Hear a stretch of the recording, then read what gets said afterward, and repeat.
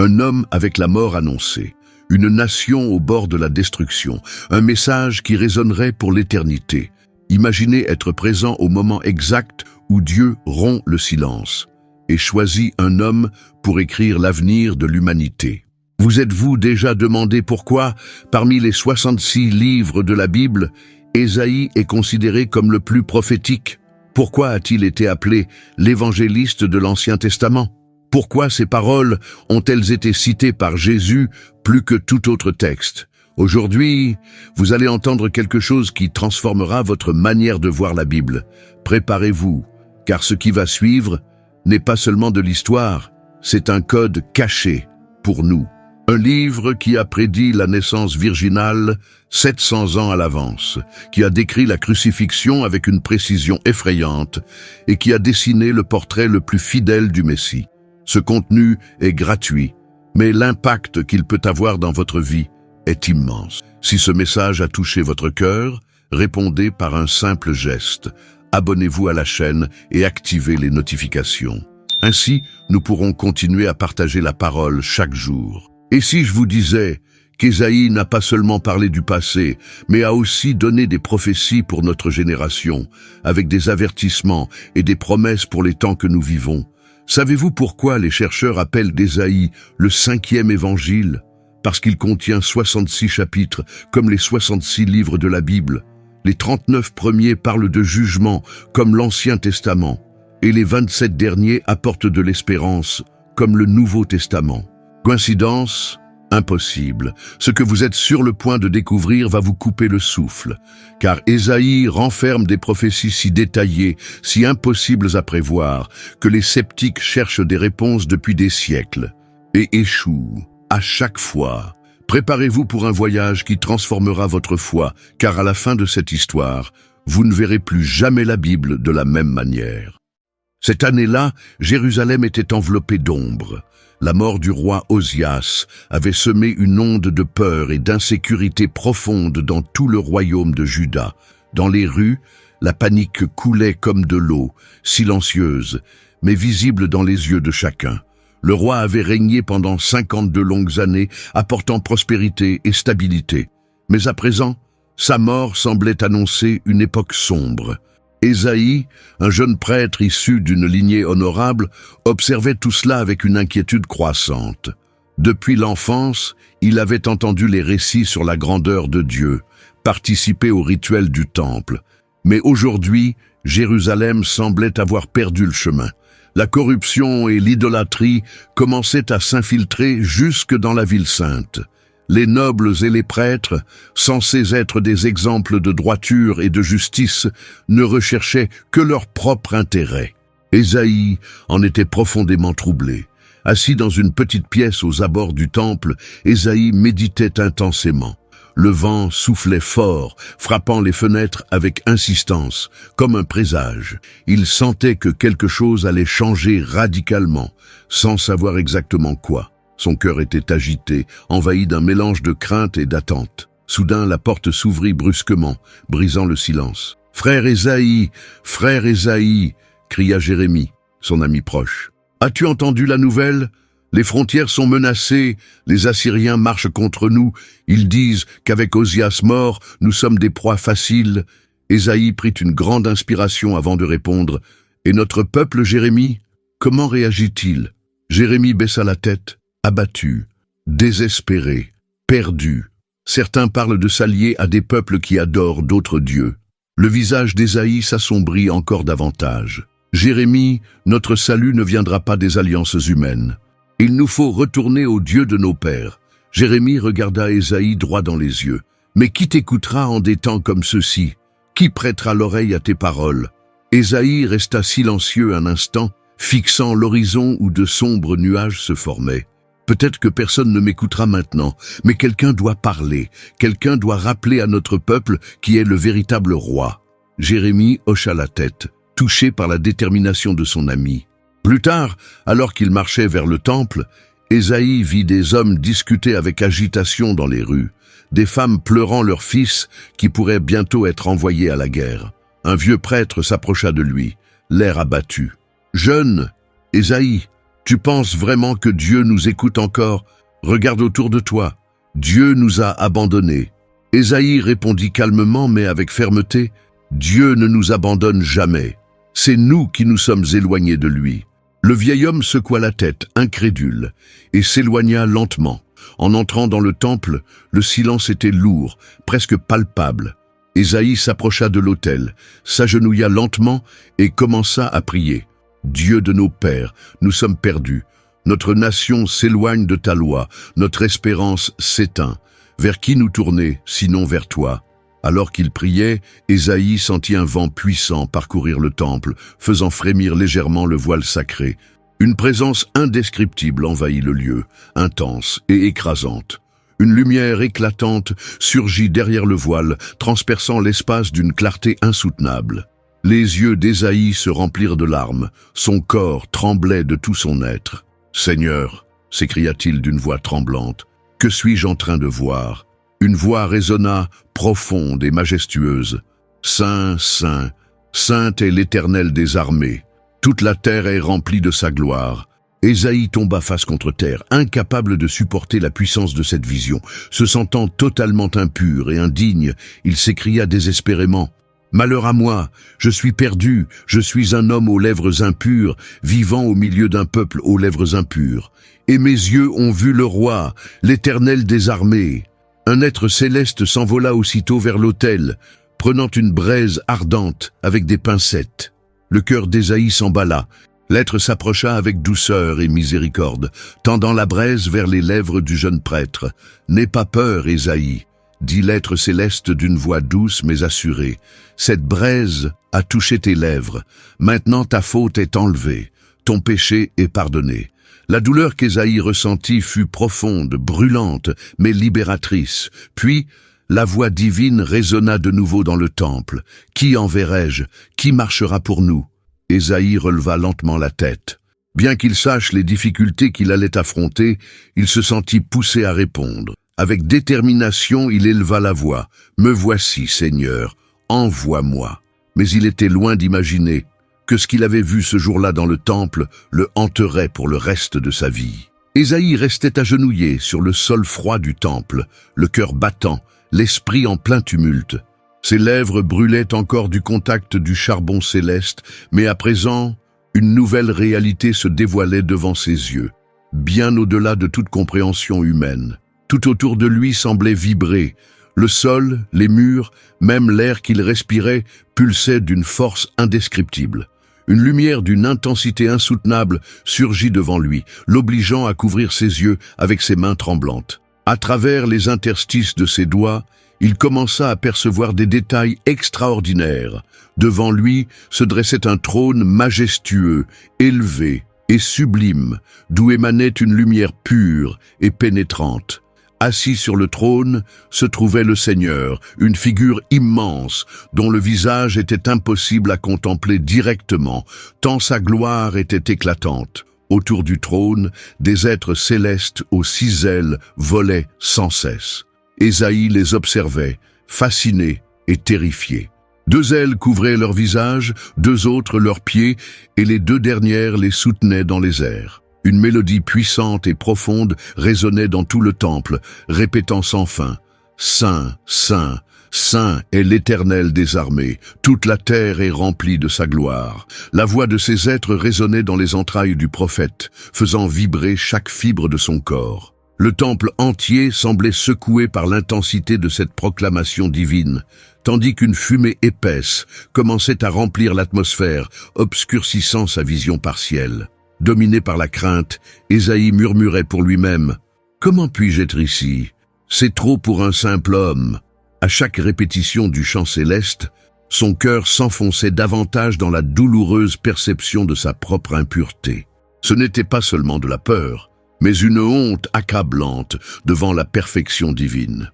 Il baissa la tête, une larme coulant lentement le long de sa joue et tombant sur le sol du temple. « Je suis perdu », murmura-t-il, tremblant sous le poids de cette révélation redoutable. « Je ne suis pas digne de voir tant de gloire. Je suis un homme aux lèvres impures, au milieu d'un peuple impur. » Ésaïe serra les poings contre sa poitrine, cherchant à soulager le poids étouffant qui l'écrasait. Sa respiration devenait difficile, son corps fléchissait sous la grandeur de la vision. « Pourquoi m'as-tu amené ici, Seigneur ?» gémit-il, se sentant incapable de supporter tant de sainteté. Alors qu'il restait prostré au sol, la voix qui résonnait ne faiblissait pas, mais s'intensifiait encore. Le jeune prêtre remarqua que les fondations mêmes du temple tremblaient sous la force de cette proclamation céleste. Ésaïe se mit à sangloter profondément, conscient de la gravité de sa condition devant une sainteté parfaite. « Il n'y a aucun salut pour moi ici », chuchota-t-il, désespéré. « Je suis devant le Dieu vivant. Aucun mortel ne survit en sa présence. » Soudain, une ombre couvrit Ésaïe, interrompant ses pensées. Il leva lentement les yeux et vit un des séraphins s'approcher rapidement. Son cœur s'emballa. La peur l'envahit, convaincu que l'heure de sa fin était arrivée. L'être céleste tenait quelque chose dans ses mains. Ésaïe tenta de distinguer l'objet et son cœur faillit s'arrêter. Un charbon ardent, pris directement de l'autel céleste. L'éclat de cette braise illuminait tout le temple, projetant des ombres dansantes sur les murs enfumés. Le séraphin s'approcha lentement, ses yeux pénétrants fixés sur le prophète tremblant. « Non, Seigneur, je ne peux pas supporter cela », supplia Ésaïe, essayant de reculer en vain. L'être céleste se posa doucement devant lui, tenant le charbon avec assurance. Son regard exprimait calme et bienveillance. « Ésaïe, dit-il d'une voix profonde et réconfortante, cette braise touchera tes lèvres pour te purifier. N'aie pas peur. » Avant qu'il puisse réagir, Ésaïe sentit la chaleur brûlante du charbon sur ses lèvres. La douleur était intense, mais mêlée à un soulagement inexplicable. Il poussa un cri, plus de surprise que de souffrance. Le séraphin esquissa un doux sourire en retirant le charbon de sa bouche. « Ta faute est ôtée, ton péché est pardonné. » Ésaïe, encore étourdi par l'intensité du moment, leva lentement les yeux vers le trône glorieux. Il se sentait incroyablement léger, comme si un poids immense avait été ôté de son cœur. Alors, une voix puissante et majestueuse résonna de nouveau, cette fois d'une clarté absolue. « Qui enverrai-je et qui ira pour nous ?» La voix divine pénétra jusqu'aux os d'Ésaïe, remplissant son être d'une conviction surnaturelle. Sans réfléchir aux conséquences, Ésaïe répondit d'une voix ferme et assurée. « Me voici, Seigneur, envoie-moi. » Mais au moment même où il prononçait ces mots, un frisson parcourut sa colonne. Quelque chose en lui savait que sa vie ne serait plus jamais la même.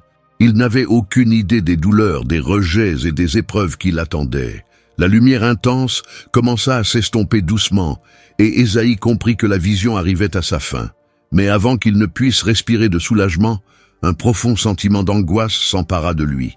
Quelque chose demeurait encore caché. Quelque chose qu'il porterait longtemps. Et juste au moment où il crut que tout était terminé, une nouvelle image, effrayante et mystérieuse, commença à se former devant ses yeux. Lorsqu'Ésaïe pensa qu'il allait mourir, quelque chose d'absolument inattendu se produisit. La chaleur brûlait encore les lèvres d'Ésaïe. Même après que l'être céleste se soit éloigné avec le charbon ardent, la sensation de feu persistait, vibrant avec intensité. C'était une douleur mêlée à un étrange soulagement, comme si, à chaque seconde, une impureté était arrachée de son être. Ésaïe restait agenouillé, les yeux fermés, respirant avec difficulté. Son corps tremblait. Ses mains, posées sur le sol froid du temple, peinaient à soutenir son poids. Il avait l'impression de flotter entre la vie et la mort, entre l'humain et le divin. Une voix douce, mais ferme, brisa le silence. « Lève-toi, Ésaïe. » Il ouvrit les yeux avec effort.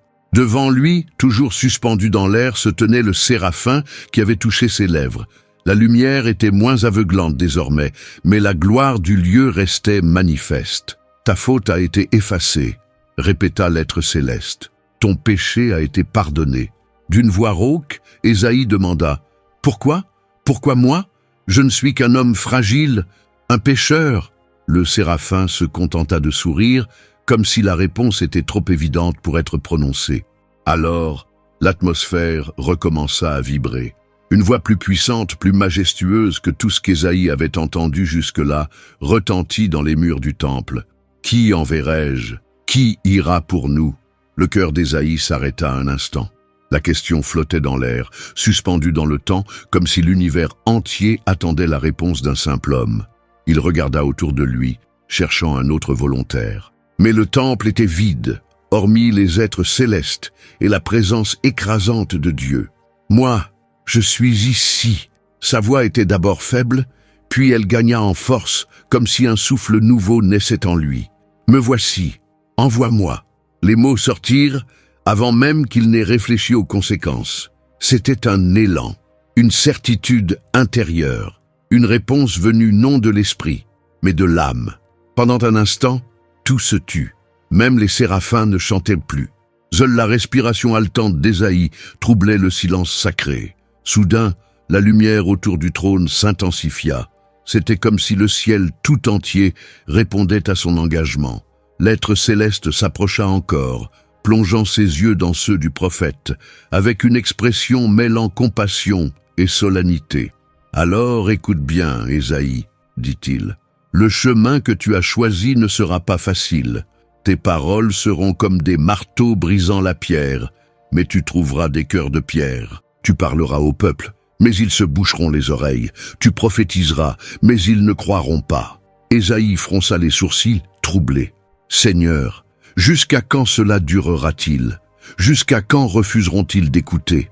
La réponse tomba comme un tonnerre, résonnant dans les murs du temple, jusqu'à ce que les villes soient dévastées, sans habitants, jusqu'à ce que les maisons soient désertes et les champs réduits en ruines, jusqu'à ce que l'Éternel ait éloigné les hommes et qu'un grand vide recouvre la terre.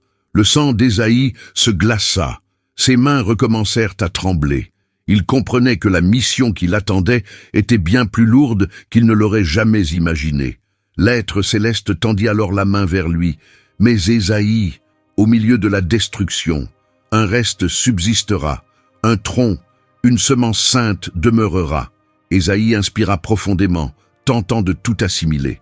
Il se sentait minuscule, impuissant, mais en même temps, un feu nouveau commençait à brûler dans sa poitrine. Un feu qu'aucun rejet, aucune douleur, aucune souffrance future ne pourrait éteindre. Toujours à genoux, il ferma les yeux un instant pour se préparer spirituellement à ce qu'il attendait. Lorsqu'il les rouvrit, le temple avait retrouvé son apparence normale.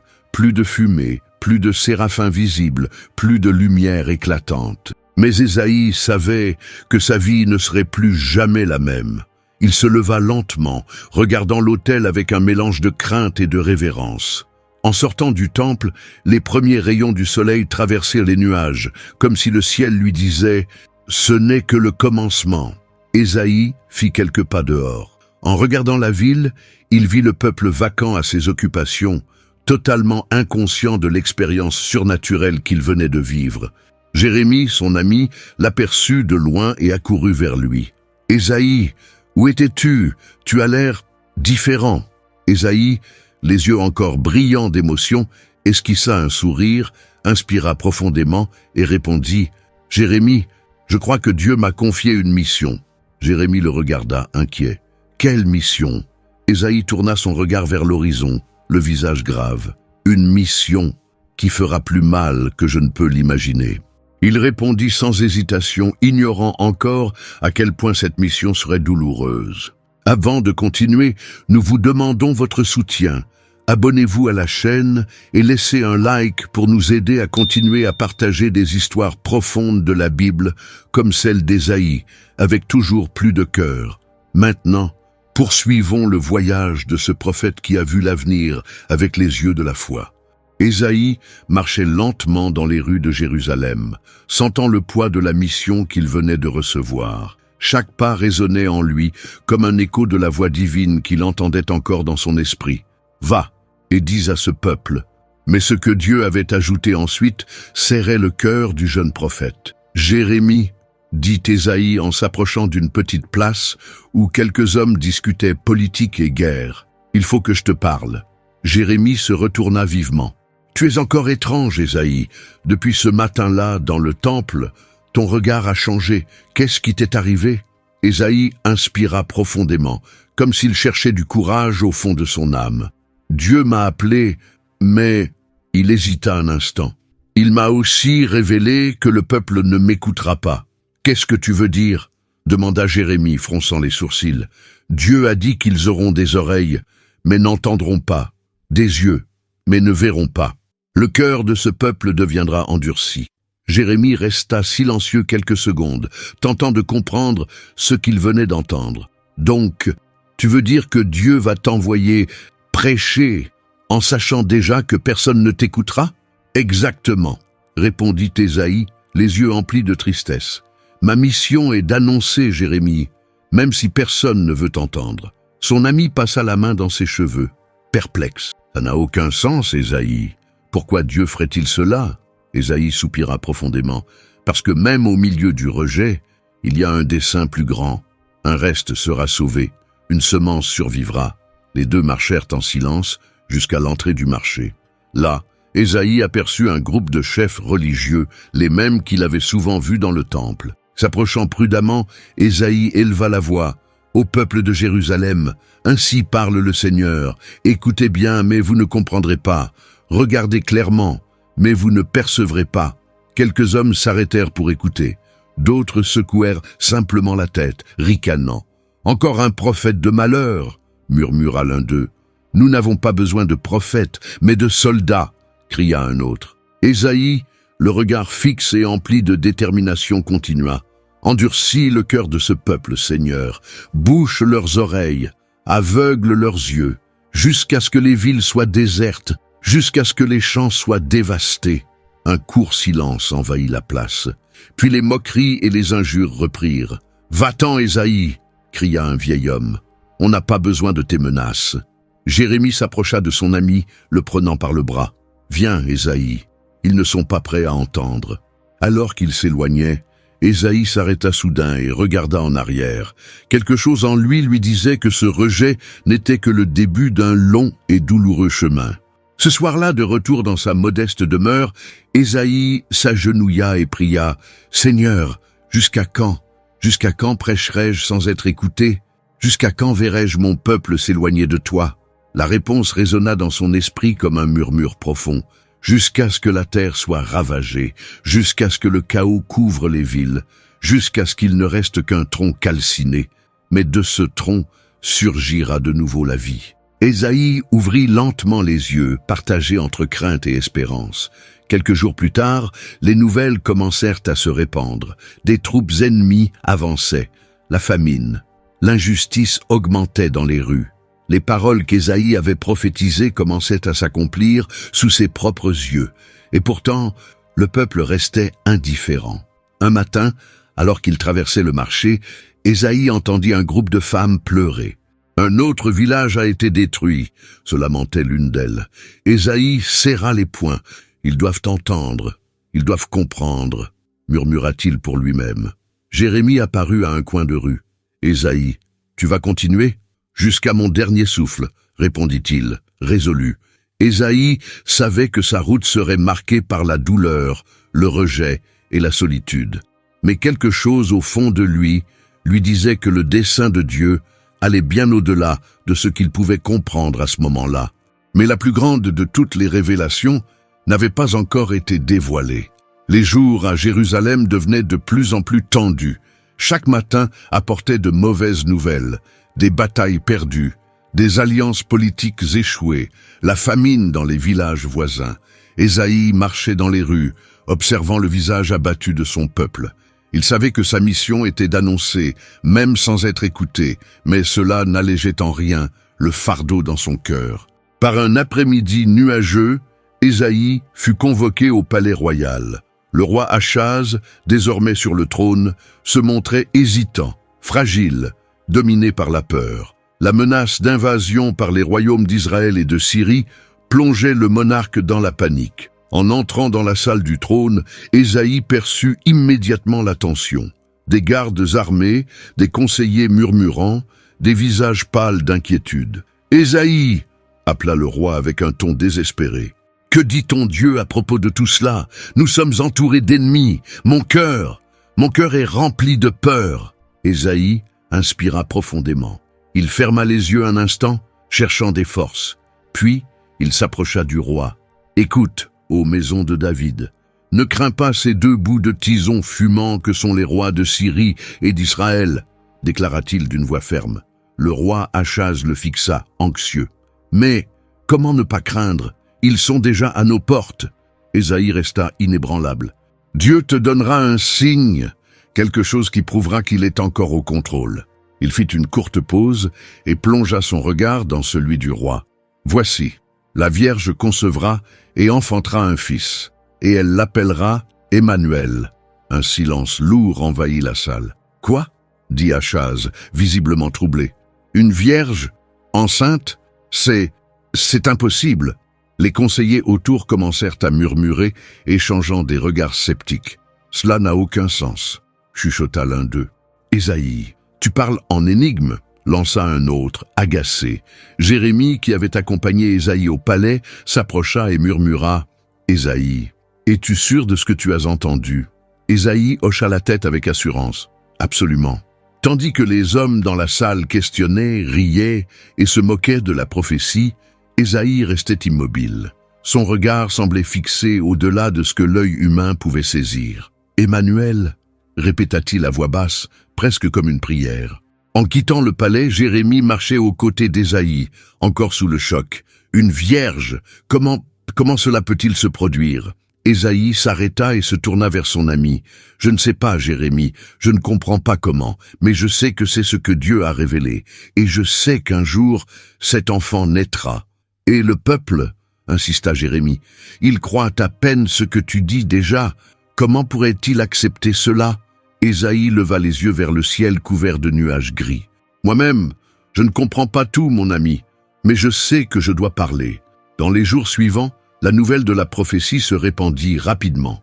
Partout où il allait, Ésaïe entendait des commentaires. Un fils né d'une vierge? Quelle folie, disaient certains. Le prophète a perdu la tête maintenant. Se moquaient d'autres. Il y avait des rires, du sarcasme et même des insultes directes. Un matin, alors qu'il se rendait au temple, Ésaïe fut interpellé par un groupe de jeunes. « Hé, prophète !» cria l'un d'eux. « Et ton Emmanuel, il arrive quand? On sait déjà. T'es doué pour les métaphores, hein ?»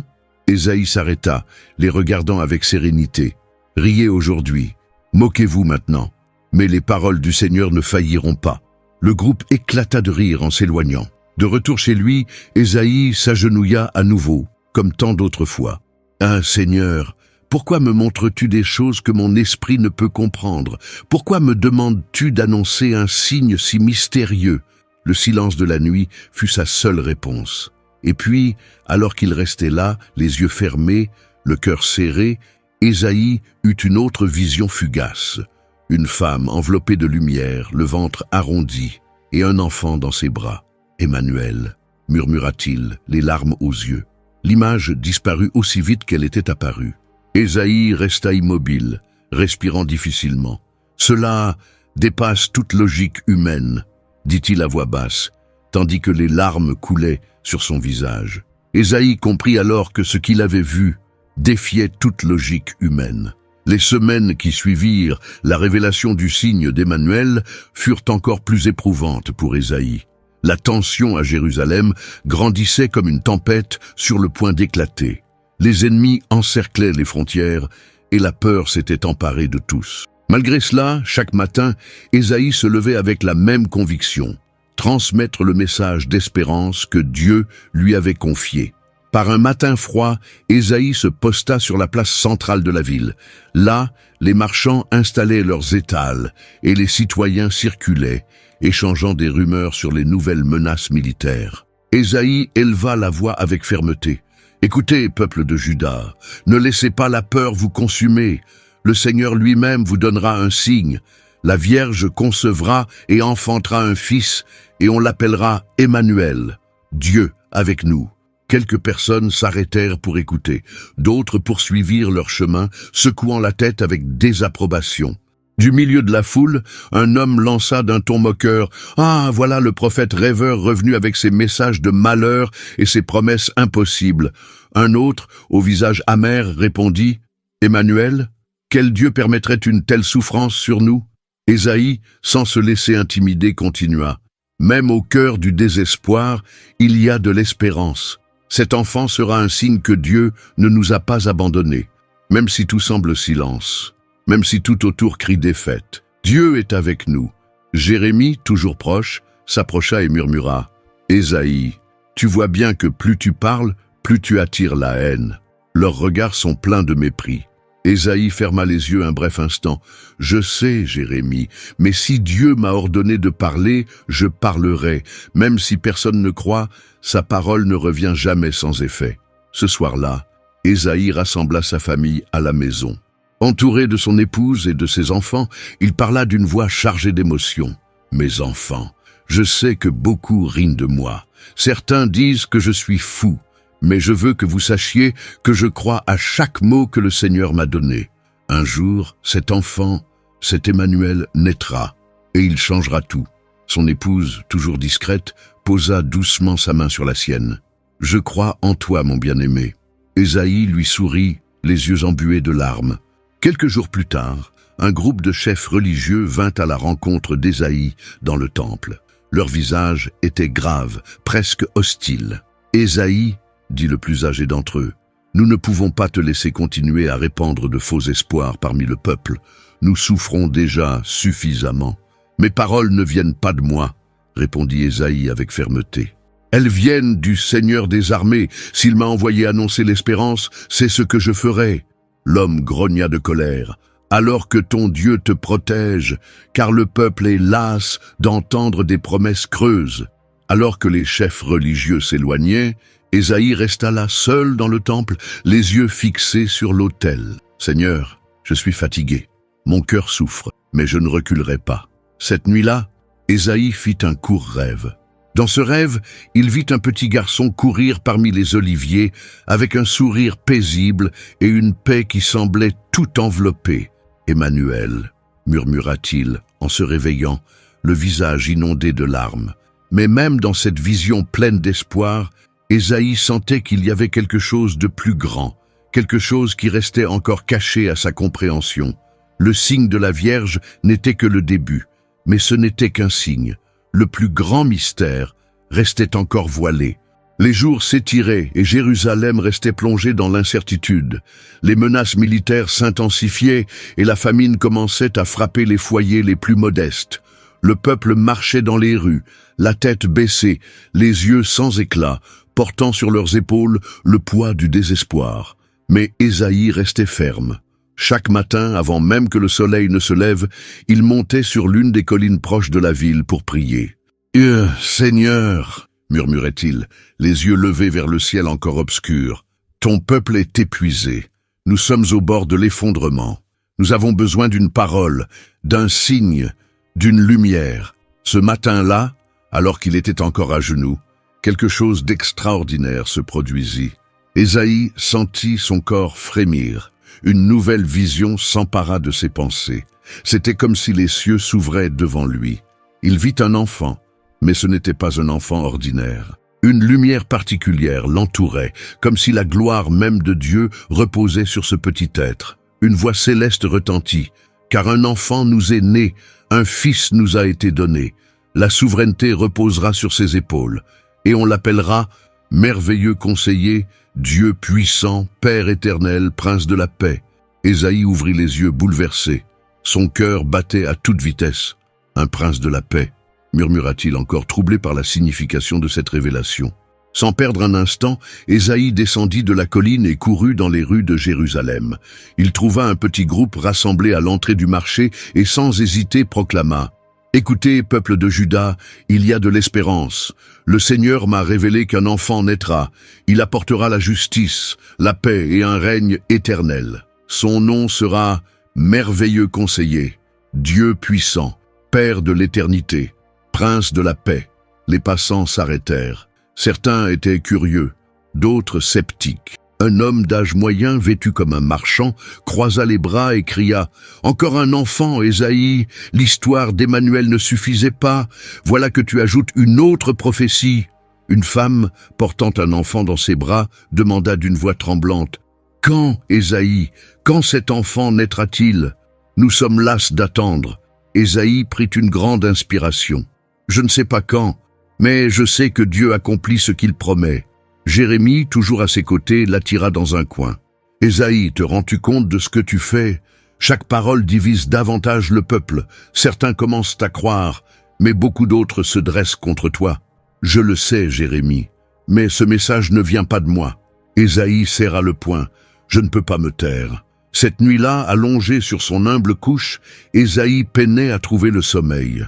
Les mots de la vision résonnaient encore et encore dans son esprit. « Prince de la paix, Dieu puissant, Père de l'éternité. Seigneur, comment un simple enfant pourrait-il porter de tels titres ?» pria-t-il. « Qui sera ce fils? Comment le reconnaîtrons-nous » Les jours suivants furent encore plus éprouvants. Chaque fois qu'Ésaïe se levait pour parler en public, la tension augmentait. Certains chefs religieux commencèrent à répandre des rumeurs. Il serait devenu fou. Ils disaient que ces visions n'étaient que le fruit de la fatigue et du désespoir. Un après-midi, Ésaïe marchait dans les couloirs du temple lorsqu'un groupe de prêtres l'interpella. « Ésaïe, dit le plus ancien d'un ton autoritaire, nous voulons que tu cesses de parler de ces enfants. Tu embrouilles le peuple. » « L'embrouiller, répondit Ésaïe, les yeux brûlants de détermination. « Je dis la vérité. Dieu parle. » « La vérité, se moqua un autre prêtre. De quel Dieu annoncerait le salut par un enfant? Où est l'armée? Où est la force que nous attendons? Ésaïe inspira profondément. Ce n'est ni par des armées, ni par la force humaine, dit-il. La réponse de Dieu viendra d'une manière que vous ne pouvez imaginer. Les prêtres s'éloignèrent en riant, laissant Ésaïe seul, le regard tourné vers l'autel, le cœur lourd. Cette même nuit, alors qu'il priait chez lui, Ésaïe eut une nouvelle vision fugace. Il vit des multitudes, pas seulement des Israélites, mais des peuples de toutes nations, de langues et cultures différentes. Tous marchaient vers une grande lumière à l'horizon. « Le peuple qui marchait dans les ténèbres a vu une grande lumière », murmura-t-il, répétant les mots qui lui venaient à l'esprit. Le lendemain, il retourna sur la place centrale et proclama « Le peuple qui marchait dans les ténèbres verra une grande lumière. Ceux qui habitent dans la région de l'ombre de la mort, sur eux brillera la lumière du Seigneur. » Mais, comme auparavant, beaucoup l'ignorèrent. D'autres se moquèrent. Certains, plus en colère, commencèrent à lui jeter des pierres. Ésaïe esquiva et, protégé par Jérémie, s'enfuit par les ruelles étroites de Jérusalem. Parvenu à l'abri de sa maison, il tomba à genoux. « Seigneur, comment tout cela se réalisera-t-il? Quand? Où? Qui sera cet enfant? Comment le peuple croira-t-il » Le silence, une fois encore, semblait être la seule réponse.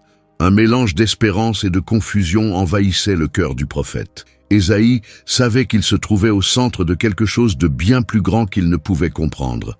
Mais il ne comprenait pas encore pleinement que cela allait tout changer.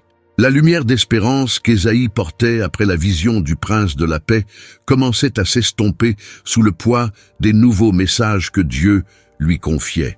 Les paroles qui montaient maintenant dans son cœur étaient dures, tranchantes, comme une épée aiguisée. Il n'y avait plus de promesse de consolation immédiate.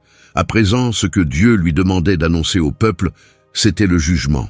Le matin suivant, Ésaïe se rendit à l'entrée du temple, le visage pâle, les yeux creusés par tant de larmes versées dans le silence des nuits. « Jérémie, » appela-t-il d'une voix tremblante, « aujourd'hui, les paroles que le Seigneur m'a données sont trop lourdes. » Jérémie le regarda avec inquiétude. « Encore du jugement, Ésaïe ?»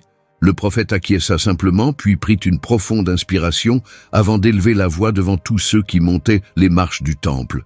« Ô maison d'Israël, ô Juda, ainsi parle l'Éternel des armées. Malheur à la Syrie, verge de ma colère. C'est par elle que je châtierai les nations rebelles.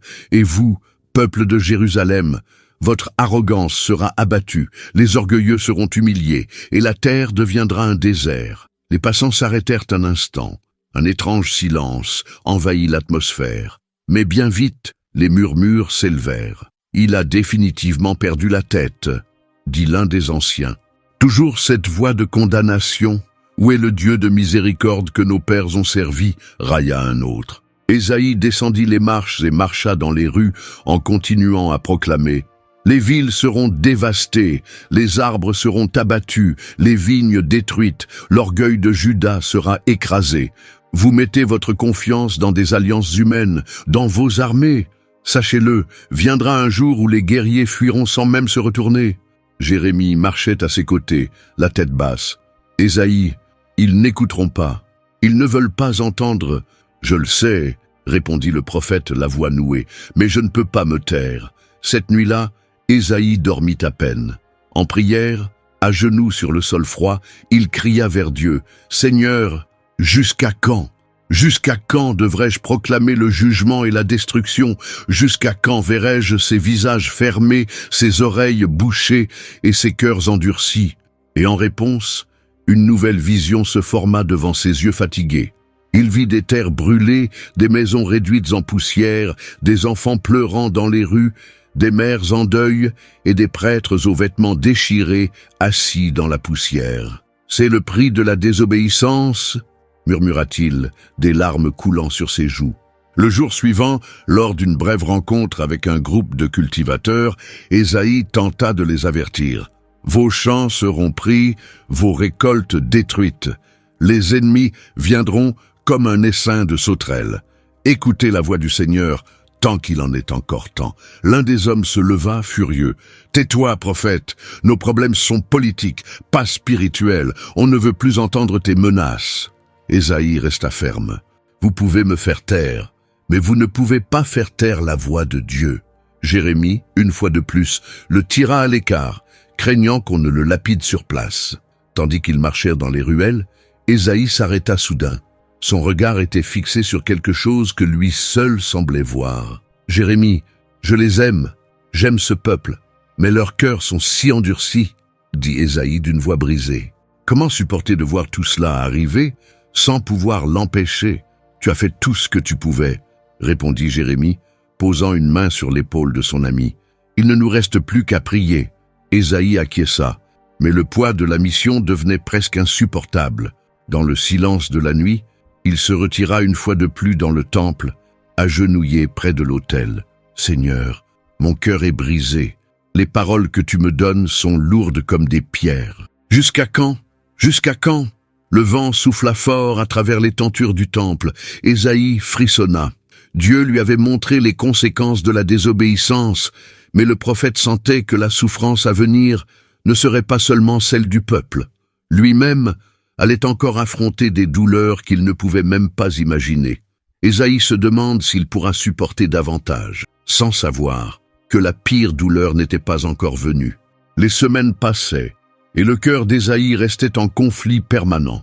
Le poids des prophéties de jugement le consumait encore, mais au milieu de la douleur, une nouvelle vision commença à émerger lors de ses prières à l'aube. C'était un matin froid.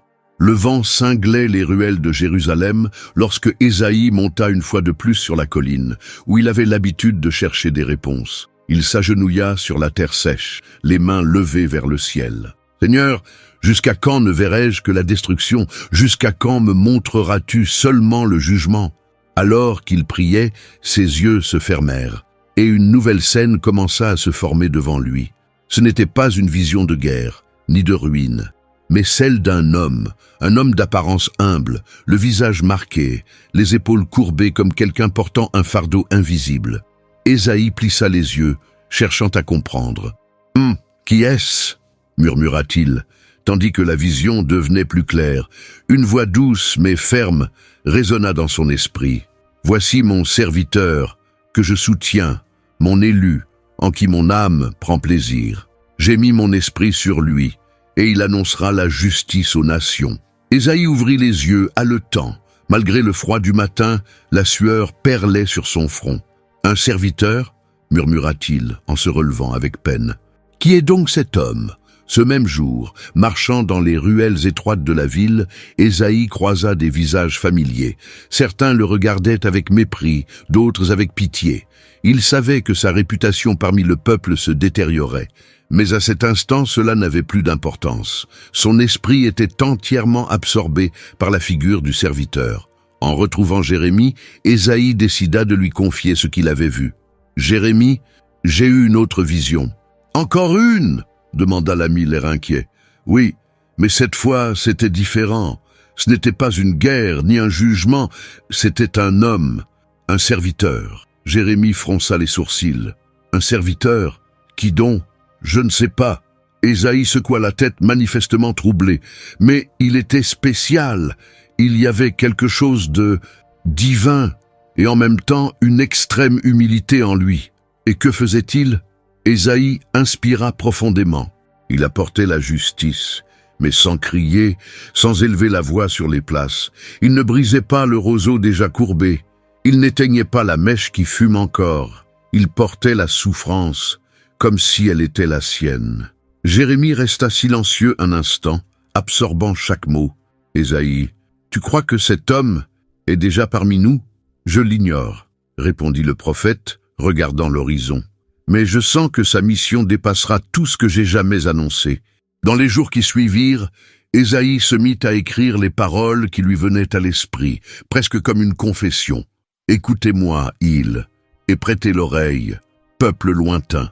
L'Éternel m'a appelé dès le ventre. Dès le sein de ma mère, il a prononcé mon nom. Il s'arrêta un instant, respirant profondément, sentant le poids de chaque mot couché sur le parchemin. Dès le ventre, murmura-t-il, un élu, avant même de naître. Un après-midi, alors qu'il traversait le marché, un jeune homme s'approcha avec un ton moqueur. « Hé prophète, maintenant tu parles d'un serviteur mystérieux? C'est quoi la suite? Un roi invisible? Une armée d'anges ?» Les rires éclatèrent tout autour. Ésaïe resta silencieux, mais en lui, le conflit s'intensifiait.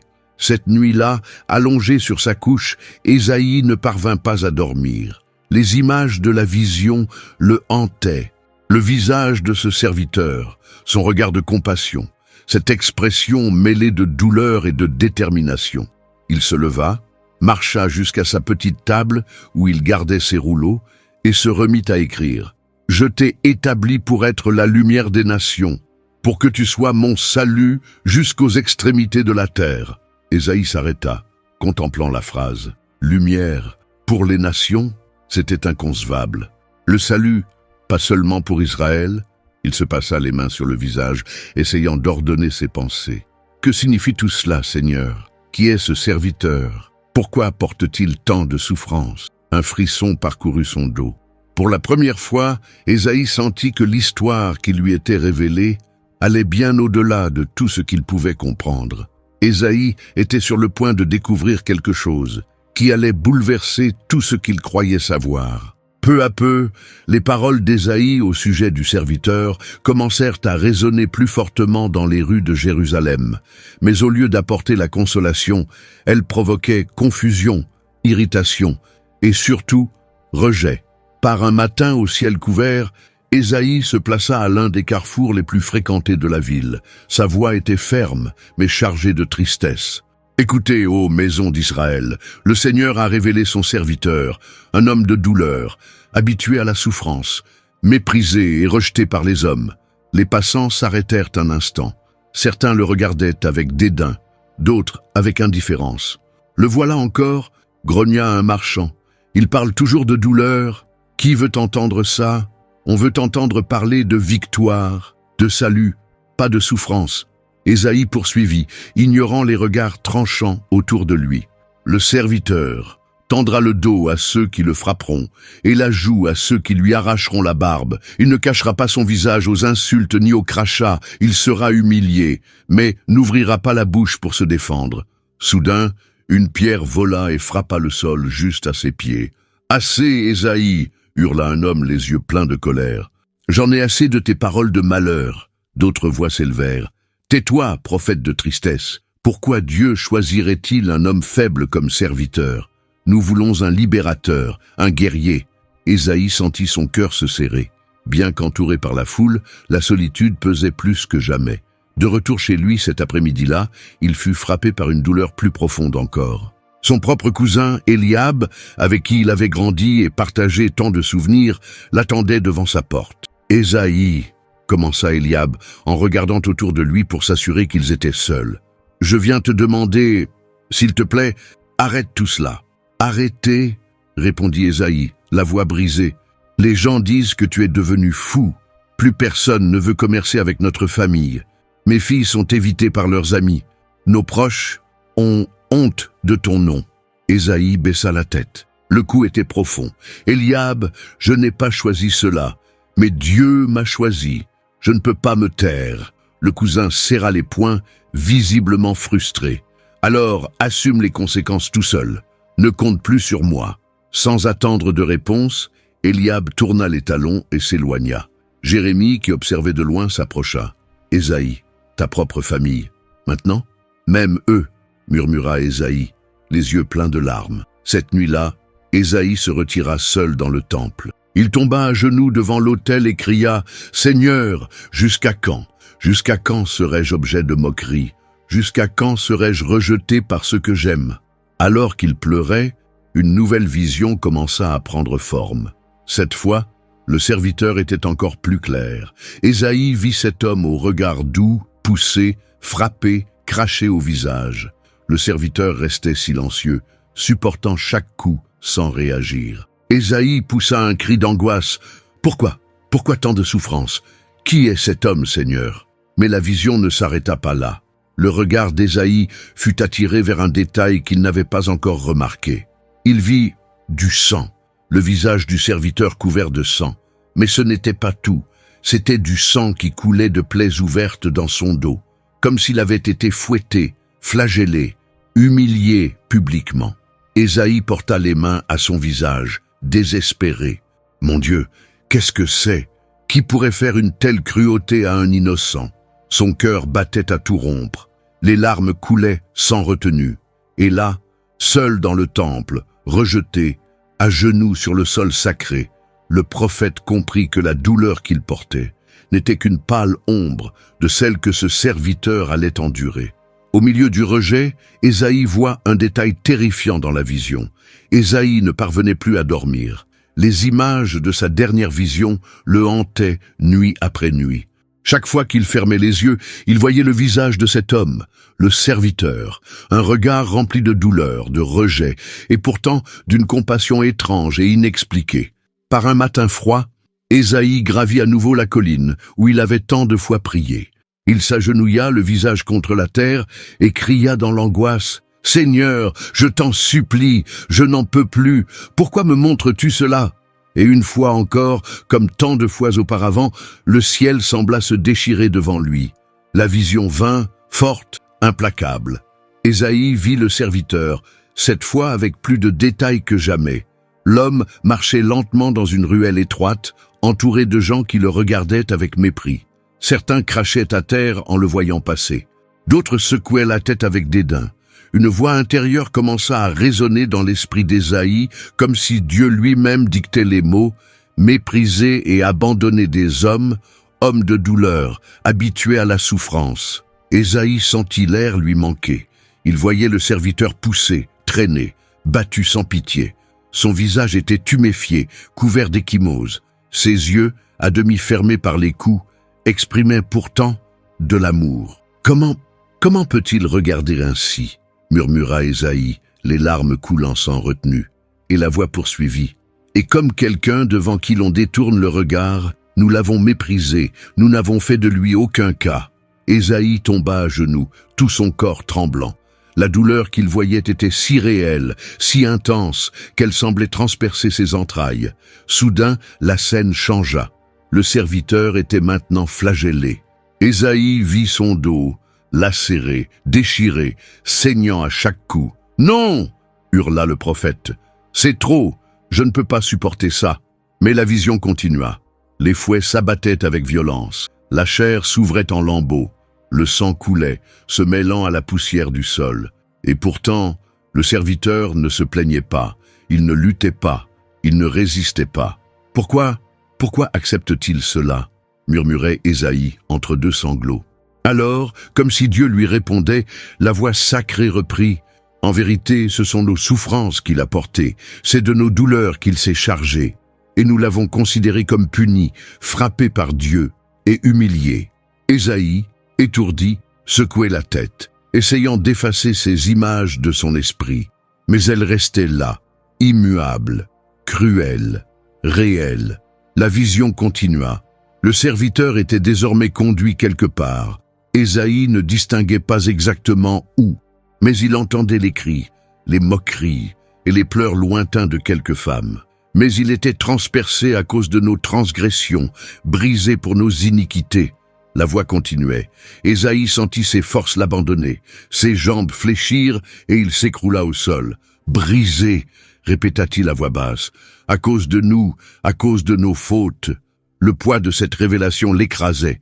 Puis la dernière scène de cette vision le frappa comme un coup en plein cœur.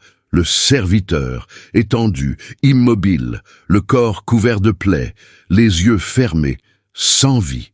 Ésaïe se couvrit le visage de ses mains et poussa un cri de désespoir. « Seigneur, je n'en peux plus, ne me montre plus rien, c'est trop pour moi. » Le vent souffla fort sur la colline. Les feuilles mortes tourbillonnèrent autour du prophète prostré. Il resta là, immobile, en pleurs. Jérémie, qui le cherchait depuis l'aube, le retrouva enfin. « Ésaïe, que s'est-il passé? Tu vas bien ?» Ésaïe leva les yeux, rouge de larmes, la voix brisée et pleine d'angoisse. « Non, Jérémie, ça ne va pas. Ce que j'ai vu, ce que Dieu m'a montré, je crois que je ne tiendrai pas plus longtemps. » Jérémie l'aida à se relever, mais Ésaïe savait, ce qu'il venait de voir n'était que le commencement d'une douleur encore plus grande. Il pensait avoir atteint sa limite, sans savoir que ce n'était que le début. Ésaïe peinait à se relever du sol après la vision du serviteur blessé et humilié.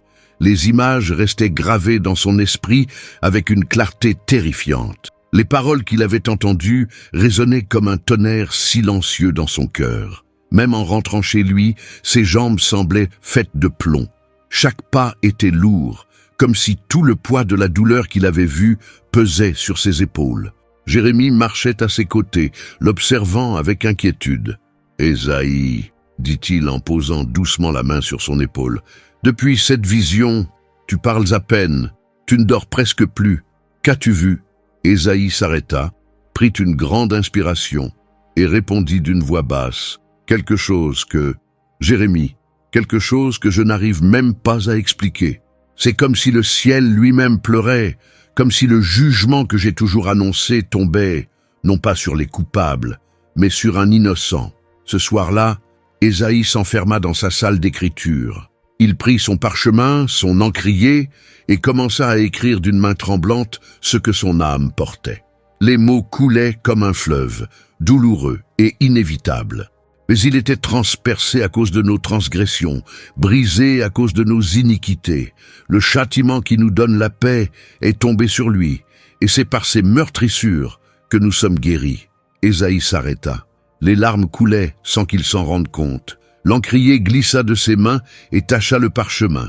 Il inspira profondément, tentant de contrôler son émotion. « Transpercé », murmura-t-il pour lui-même. Mais comment ? Il porta la main à sa poitrine, sentant son cœur se serrer. Les images revinrent avec force, le serviteur, maintenant attaché à quelque chose. Ésaïe observa plus attentivement. Une pièce de bois, les bras étendus, les mains et les pieds percés par quelque chose qu'il n'avait jamais vu auparavant. « Qu'est-ce que c'est ?» chuchota-t-il, tentant de comprendre. C'était une méthode d'exécution qu'Ésaïe ne connaissait pas. Aucune trace d'une telle pratique n'existait à son époque. C'était cruel, lent, une souffrance prolongée. La vision continuait, le serviteur suspendu, sans force, le corps couvert de sang, des gens autour de lui se moquant, riant, le montrant du doigt.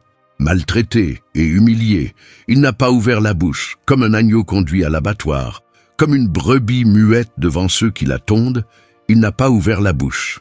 Les paroles vinrent, comme si Dieu les soufflait directement dans son cœur. Ésaïe laissa tomber sa plume et se couvrit le visage de ses mains. « Pourquoi, Seigneur? Pourquoi cet homme endure-t-il tout cela sans protester? Pourquoi ne se défend-il pas ?» demanda-t-il désespéré. Il se souvint des procès qu'il avait déjà vus à Jérusalem, des hommes criant, se débattant, luttant pour leur vie devant les juges. Mais le serviteur, lui, restait silencieux. Comment quelqu'un peut-il être condamné injustement et pourtant accepté? Les questions martelaient l'esprit du prophète. Dans une autre vision brève, Ésaïe vit le corps du serviteur retiré de cette structure de bois. Un homme l'enveloppait soigneusement dans un drap, l'emmenant dans un tombeau neuf, taillé dans le roc. On lui avait assigné une tombe parmi les méchants, mais c'est avec un riche qu'il fut dans sa mort, murmura Ésaïe, troublé par la précision de ces images. Les larmes revinrent, plus fortes encore. Cela n'a aucun sens, cria-t-il, se levant brusquement, renversant des parchemins et des encriers autour de lui. Ah, pourquoi un innocent? Pourquoi quelqu'un de si pur doit-il subir cela? Jérémie, entendant les cris, accourut dans la pièce. Ésaïe, que se passe-t-il? Ésaïe, les yeux rougis et le visage sali d'encre et de larmes, répondit en sanglotant. J'ai vu chaque détail, la souffrance, les coups, les clous, l'humiliation, la mort. Jérémie resta silencieux un instant, sans savoir quoi dire. Mais pourquoi? Demanda-t-il enfin. Ésaïe le fixa intensément, les yeux emplis d'une douleur mêlée de crainte. Jérémie, répondit-il d'une voix basse mais ferme, ce n'était pas à cause de ses fautes, c'était à cause des nôtres. Toute la culpabilité, toute la douleur qui nous appartenait a été placée sur lui. Son ami fit un pas en arrière, comme s'il tentait d'assimiler ses paroles. « Mais Ésaïe, balbutia-t-il, c'est trop cruel. Personne ne ferait ça pour un peuple qui l'a rejeté. » Ésaïe hocha lentement la tête. « Personne, sauf quelqu'un envoyé directement par Dieu, quelqu'un avec un dessein que nous ne comprenons pas encore. » Le silence envahit la pièce. Les deux hommes restèrent là, figés, submergés par le poids de cette révélation. Ésaïe reprit le parchemin et continua à écrire, même si sa main tremblait. Bien qu'il n'eût commis aucune violence et qu'il n'y eût point de fraude dans sa bouche, il sentait que, malgré la douleur de ses paroles, il devait les écrire. Elles traverseraient les générations. Pourtant, alors qu'il était encore absorbé par ces images de souffrance, quelque chose de nouveau apparut à la fin de la vision. Quelque chose qu'Ésaïe ne comprenait pas encore, mais qui le bouleversa davantage. Il vit une lumière, quelque chose au-delà de la mort, un détail qui n'aurait pas dû être là, quelque chose qui contredisait toute la logique de ce qu'il venait de voir. Ésaïe s'arrêta d'écrire, inspira profondément et murmura d'un ton troublé. « C'est impossible. » Ésaïe comprit qu'il n'était pas en train de décrire uniquement la souffrance, mais quelque chose d'inimaginable. Ésaïe resta immobile, les yeux fixés sur le parchemin, la main encore tremblante sur la table de bois. Les images de souffrance, d'humiliation et de mort du serviteur étaient encore bien trop vives dans sa mémoire, comme s'il avait été présent à chaque instant, ressentant chaque coup, chaque larme, chaque gémissement étouffé. Mais maintenant, quelque chose de nouveau, quelque chose qui défiait toute logique humaine, commençait à prendre forme dans son esprit. Alors qu'il essayait de terminer les dernières lignes sur la mort du serviteur, une lumière soudaine envahit sa vision. Ce n'était pas une lumière ordinaire, elle était intense, presque aveuglante. Ésaïe ferma instinctivement les yeux, mais même ainsi, la scène qui se formait devant lui était claire, très claire. Il vit le même serviteur, désormais vivant. « Non, c'est impossible », murmura-t-il d'une voix étranglée. Ésaïe ouvrit brusquement les yeux, comme pour annuler la vision. Mais en les refermant, la scène persistait. Le serviteur, celui qu'il venait de voir être battu, transpercé, mis à mort, se tenait maintenant debout, le visage serein, les yeux pleins de vie. Les marques de la souffrance étaient toujours là, mais il y avait autre chose, quelque chose qu'Ésaïe ne pouvait nommer, mais qui le faisait frissonner. Une voix douce, comme un murmure divin, résonna en lui. Après l'angoisse de son âme, il verra la lumière et sera rassasié. Ésaïe sentit le sol vaciller sous ses pieds. « La lumière? Rassasié? Après tant de douleur ?» murmura-t-il, posant les mains sur son visage, comme pour contenir la tempête intérieure. Il se leva brusquement de la table et se mit à marcher de long en large. « C'est impossible, » répétait-il. « Personne ne revient de la mort. Personne. » Le bruit d'une porte qui s'ouvrait interrompit ses pensées. Jérémie entra, haletant. « Ésaïe, des rumeurs circulent. Le peuple se rassemble pour exiger que tu te taises. Ils disent que tes paroles troublent tout le monde. » Ésaïe, les yeux fixés au sol, répondit d'une voix basse. « Jérémie, ce que j'ai vu maintenant, c'est quelque chose que moi-même je peine à croire. »« Quoi donc ?» demanda Jérémie en s'approchant. Ésaïe prit une profonde inspiration, comme s'il luttait pour organiser ses pensées. « J'ai vu la vie après la mort. J'ai vu le serviteur, celui qui avait été brisé, transpercé. Je l'ai vu, debout, vivant, comme si la mort elle-même avait été vaincue. Jérémie recula d'un pas, bouleversé. Ésaïe, c'est impossible. Je sais, répondit le prophète, les larmes coulant lentement. Mais je l'ai vu de mes propres yeux. Ésaïe retourna à sa table, prit le parchemin, et malgré ses mains tremblantes, recommença à écrire « Il a plu à l'Éternel de le briser par la souffrance.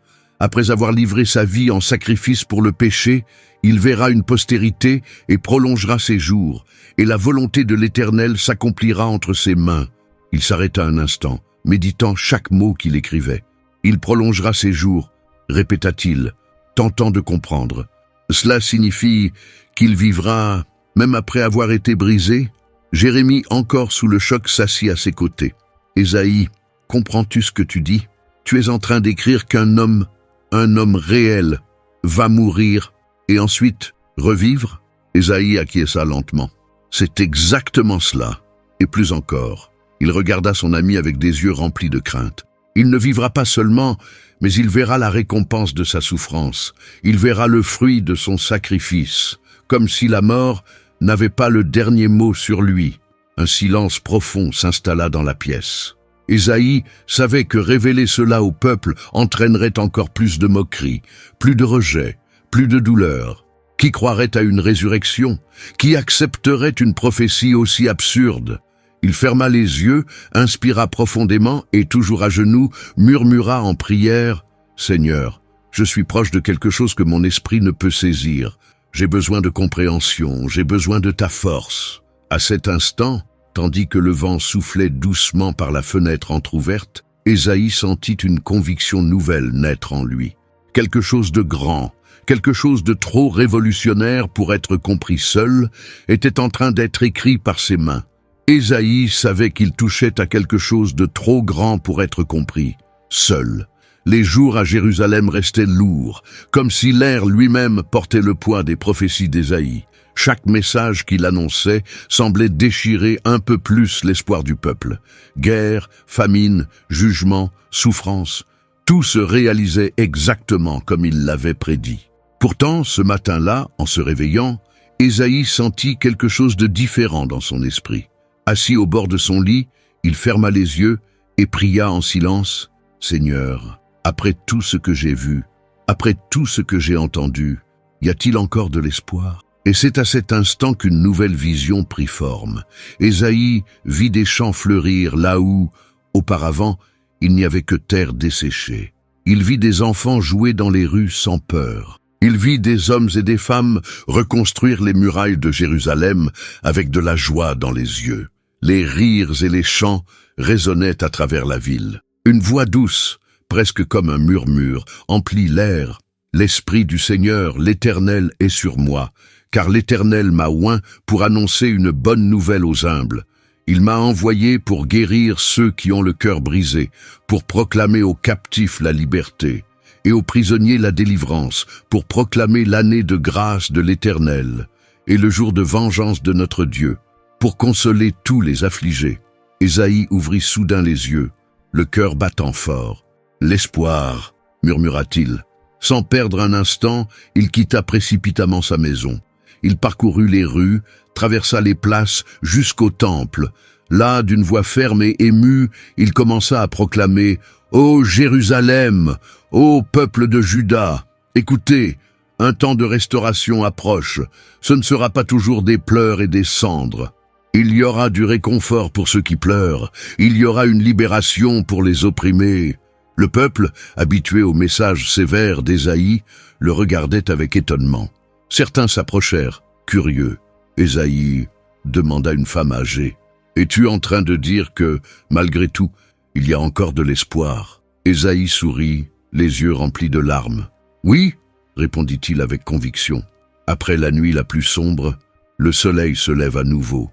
Dieu ne nous a pas oubliés. » Jérémie, toujours à ses côtés, posa la main sur l'épaule de son ami. « C'est donc le message que tu attendais depuis si longtemps, n'est-ce pas ?» Ésaïe acquiesça. « Dieu m'a montré le jugement, m'a montré la souffrance, mais maintenant, il me montre la rédemption. Un nouveau départ, une seconde chance pour nous tous. Les jours suivants furent différents.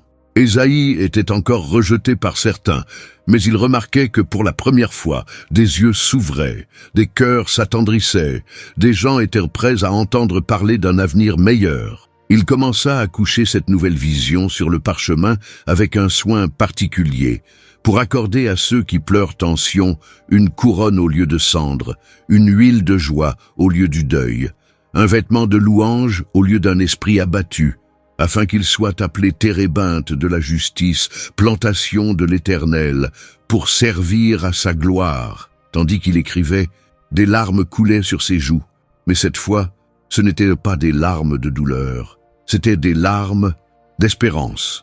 Jérémie l'observait de loin et dit à un autre ami, « Je n'ai jamais vu Ésaïe aussi déterminé, aussi plein de vie. » Mais malgré cette nouvelle énergie, quelque chose troublait encore le cœur du prophète. Il restait un détail, une pièce manquante au puzzle. Même en parlant de restauration et d'espoir, Ésaïe sentait que le but ultime, la réponse la plus profonde à toutes ses visions, n'avait pas encore été complètement révélé. Cette nuit-là, alors que le vent froid faisait danser les rideaux de sa maison, Ésaïe se mit de nouveau à genoux, seul. « Seigneur, tu m'as montré la douleur, le jugement, la rédemption. Mais je sens qu'il y a encore plus, beaucoup plus. Quelque chose qui relie tout cela, quelque chose qui donnera un sens à chaque mot que j'ai écrit. » Il resta ainsi pendant des heures, attendant en silence. La fatigue le gagna, et Ésaïe s'endormit là même, à même le sol. Mais dans ses rêves, une nouvelle lumière commença à poindre à l'horizon de son esprit, quelque chose de grandiose, de terrifiant, et en même temps de glorieux. Mais la révélation finale, la véritable réponse à la question « Pourquoi le livre d'Ésaïe est-il le plus impressionnant de la Bible ?» n'était pas encore venue. Ésaïe se réveilla encore à genoux, le visage posé contre le sol de pierre. L'aube pénétrait lentement dans sa petite maison, projetant des rayons de lumière dorée à travers les fentes de la fenêtre. Son corps était douloureux, ses genoux marqués, mais une paix étrange régnait, et en même temps, une tension planait dans l'air comme jamais auparavant. Il se releva lentement, se lava le visage, respira profondément et d'une main tremblante prit un nouveau parchemin. Quelque chose dans son esprit le poussait. Les mots venaient avec une urgence irrésistible. Ésaïe ferma les yeux. Les visions recommencèrent, mais cette fois tout semblait enfin avoir un sens. Il vit le serviteur, vit une naissance improbable, d'une vierge. Il vit l'enfant grandir, rempli de sagesse, apportant la consolation aux affligés, la guérison aux malades, la liberté aux opprimés. Il vit aussi le mépris, la trahison, la souffrance, la mort. Puis, la vie jaillissant là où il n'y avait que mort. Ésaïe ouvrit les yeux, les larmes coulant sur ses joues. « Mon Dieu, murmura-t-il la voix brisée, tout mène à lui. Tout ce que j'ai vu, toutes les paroles que j'ai proclamées parlent d'un seul homme, d'un seul sauveur. » Jérémie entra précipitamment dans la pièce, inquiet. « Ésaïe, est-ce que tout va bien? Tu es tout pâle. » Ésaïe le regarda avec des yeux brillants, comme s'il voyait au-delà du visible. « Jérémie, j'ai compris, j'ai enfin compris. » « Compris quoi ?» Ésaïe inspira profondément et répondit, mêlant émotion et crainte. « Toutes les visions, chaque parole de jugement, chaque promesse de rédemption, chaque image de souffrance et de gloire, tout pointe vers le Messie, le serviteur, l'Emmanuel, le prince de la paix. Ce sont tous lui, un seul homme, un seul plan, un sauveur. » Jérémie resta silencieux, stupéfait. « Mais, Ésaïe, comment est-ce possible? Tu parles de choses qui se produiront dans des siècles. Comment peux-tu en être aussi sûr ?» Ésaïe prit le parchemin et, d'une voix ferme, récita « Après avoir livré son âme en sacrifice pour le péché, il verra une postérité et prolongera ses jours, et l'œuvre de l'Éternel prospérera entre ses mains. » Le prophète posa la plume, les yeux embués, fixant son ami. « Je suis en train d'écrire l'Évangile lui-même, avant même qu'il ne se produise. » Jérémie s'effondra sur le sol, incapable de prononcer un mot. « C'est incroyable, » murmura-t-il. Ésaïe continua. « Les nations le verront, Les rois se tairont devant lui. Il sera exalté, élevé et très élevé. Mais avant cela, il sera rejeté, transpercé, brisé. Pour nous, Ésaïe se leva, marcha jusqu'à la fenêtre et regarda l'horizon. Je ne comprends pas tous les détails, Jérémie, mais je sais une chose. Un jour, quand ce serviteur viendra, il accomplira tout ce que Dieu m'a montré. Chaque mot, chaque larme, chaque promesse. Son ami, encore sous le choc, demanda à voix basse « Et le peuple, Ésaïe, ils y croiront ?» Ésaïe sourit, une expression mêlée de douleur et d'espérance sur le visage. Certains, oui, d'autres, non. Mais quand tout cela arrivera, quand chaque prophétie s'accomplira, le monde entier saura. Il ferma les yeux, inspira profondément et, les yeux tournés vers le ciel, déclara à haute voix « Car le Seigneur des armées a parlé, et sa parole ne faillit jamais. » À cet instant, une certitude inébranlable remplit le cœur d'Ésaïe. Il avait été choisi pour inscrire le plus grand plan de l'histoire de l'humanité. Un plan qui ne serait pleinement compris que des siècles plus tard, mais qui commençait là, dans chaque ligne, dans chaque prophétie sortie de sa bouche. Et maintenant, en terminant d'écrire, Ésaïe reposa la plume, inspira profondément et sourit, les yeux baignés de larmes. Et maintenant, comprends-tu pourquoi le livre d'Ésaïe est le plus impressionnant de toute la Bible? Cette révélation peut bien te bouleverser. Lorsqu'Ésaïe termina ses prophéties, peut-être ne mesurait-il pas pleinement l'ampleur de ce qu'il laissait au monde. Il n'était qu'un homme, avec ses doutes, ses peurs, ses larmes, mais aussi avec un courage que peu possèdent. Un homme qui a choisi d'obéir, même lorsque tous autour de lui l'ont rejeté. Un homme qui, sans tout comprendre, a continué à écrire, à parler, à prophétiser. Aujourd'hui, en ouvrant les pages du livre d'Ésaïe, nous ne voyons pas seulement des textes anciens ou de la poésie sacrée, nous voyons une carte prophétique, une ligne du temps qui traverse les siècles, pointant directement vers la venue du Messie, Jésus-Christ. Chaque détail annoncé, de la naissance virginale à la souffrance brutale, du rejet à la résurrection, s'est accompli avec une précision qui défie toute logique humaine. Et que dire des prophéties qui attendent encore leur accomplissement? Ésaïe a aussi parlé du retour glorieux de la seconde venue, d'un royaume de paix éternelle, où il n'y aura plus ni mort, ni deuil, ni cri, ni douleur. Ésaïe 25, 8. Les paroles d'Ésaïe sont une invitation. Un appel à ce que vous aussi, comme lui, choisissiez de faire confiance même au milieu du rejet, à proclamer l'espérance même au cœur de la crise, à croire aux promesses de Dieu, même lorsque tout autour crie le contraire. Si Ésaïe, des siècles avant le Christ, a pu voir avec tant de clarté ce que nous ne comprendrions que bien plus tard, imaginez ce que Dieu peut encore vous révéler aujourd'hui. C'est pourquoi la question qui résonne jusqu'à notre époque est simple, mais puissante. Et vous, êtes-vous prêt à vivre avec la même foi et le même courage qu'Ésaïe? Êtes-vous prêt à croire que, tout comme chaque parole d'alors s'est accomplie, les promesses de Dieu pour votre vie s'accompliront aussi? Le livre d'Ésaïe n'est pas seulement de l'histoire, c'est un témoignage vivant que Dieu parle, et que lorsque Dieu parle, rien ne peut empêcher l'accomplissement de sa parole. Levez-vous, croyez, proclamez. Car le même Dieu qui a appelé Ésaïe vous appelle aujourd'hui. Si vous avez aimé cette histoire, 2 autres vidéos avec des personnages bibliques tout aussi inspirants vont maintenant apparaître sur votre écran. Cliquez, regardez, abonnez-vous à la chaîne et laissez un like, que Dieu vous parle, comme il a parlé à Ésaïe dans les moments les plus inattendus.